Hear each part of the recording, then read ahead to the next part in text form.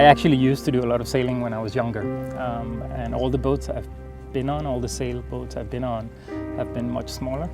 So that's how I will always remember it. It's big, it's pretty, and it's very, very comfortable.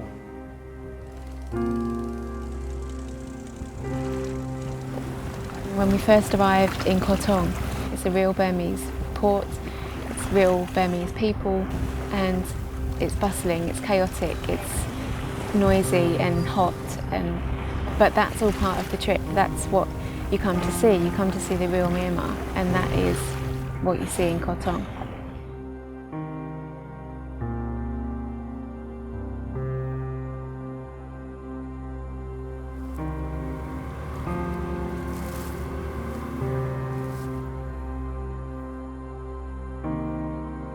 I think the Mergui Islands is probably the last place in Asia where you can feel like you're still an explorer.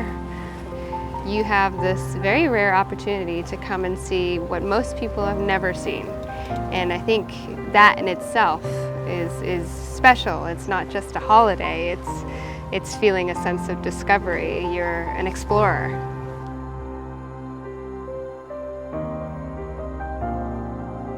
I've sailed before, but never on a boat this big. I didn't know how it worked. I was very curious to see how it worked, and then the whole boat tilted, and then the engine quieted down. It was peaceful. It was a much more natural way to ride the waves.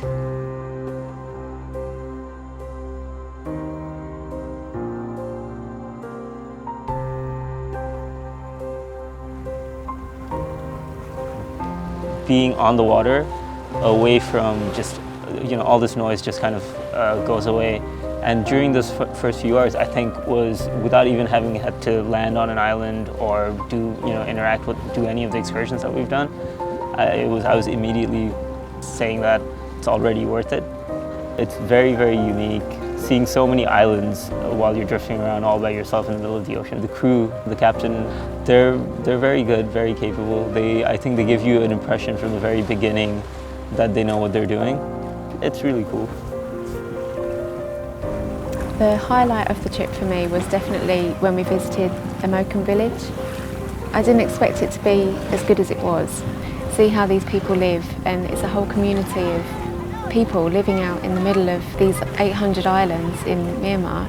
You'd have no idea that they were even there, yet they live a full life. There was a whole welcoming committee, and all the children had come out to see the boat, and they were all standing at the shore waving, and it was such a lovely sight. I think everyone really enjoyed that experience. The highlight moment for me was probably the beach that we went to. It just felt really sort of the kind of beach that you read about in magazines or see on television that no one had ever probably been to. It was one of these like real sort of fantasy white sand beaches. The sand was really fine and like snow or something. No one was there. We had a barbecue on the beach. That was really cool. It was special.